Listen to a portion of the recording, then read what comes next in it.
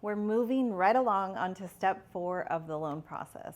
Now, this step I could talk about probably for hours, and you'll probably still have questions. This is called credit. So first and foremost, I just want to explain to you, a lot of people tell me, hey, my credit is 700. And then when I pull their credit, maybe it's 720, or maybe it's the opposite, maybe it's 640. A lot of people are concerned about this because they think that mortgage inquiry dropped their score. That's not the case. So with credit, everyone realizes that there's 3 major credit bureaus: TransUnion, Experian, and Equifax. What a lot of people don't realize about credit is that there's actually 8 or more different versions of each of those credit bureaus. So when we pull our version, it's the actual mortgage version.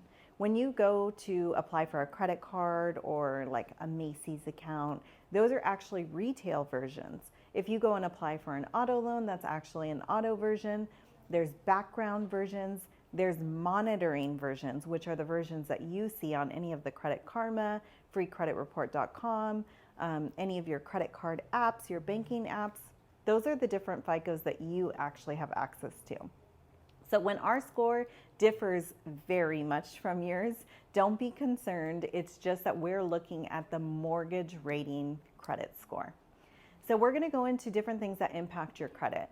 So first of all, one of the biggest impacts on credit is late payments. So let's make sure if you've had any lates in the last 12 months that you just continue to make those payments on time.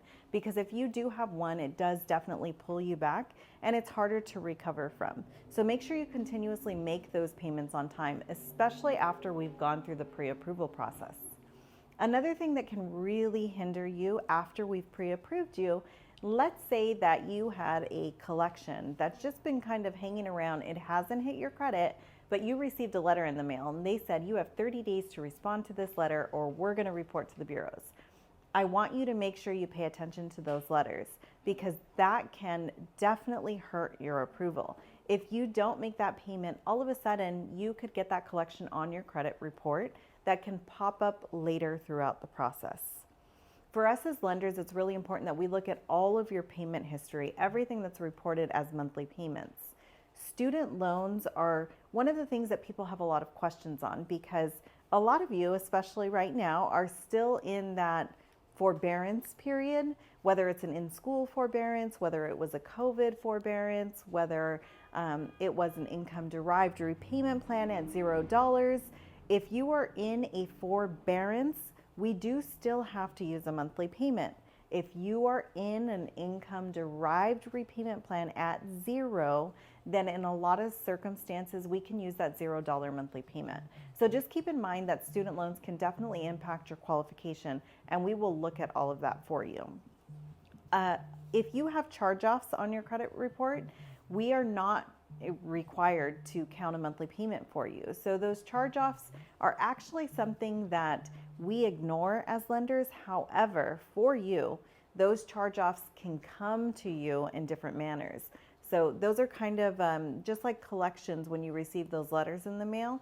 Make sure if you've had a charged off account and they send you something in the mail that you pay attention to that right away because sometimes those charged off accounts can turn into actual judgments. They can actually take you to court. So just make sure you're watching out for all of that because your credit and what we've pre-approved you on in step 1 of the loan process can change dramatically if any of these credit items change from the time you are pre-approved to the time you get into escrow. So let's make sure that we pay extra love and attention to our credit. One more thing that makes us just a little bit different when it comes to your credit is that we do analyze your credit with a simulator and we will look over your credit. If there is any room for potential improvement, we will tell you exactly what to do. Sometimes people make the mistake of paying off items on their credit report because they think it's going to benefit them, when in actuality it could hurt you.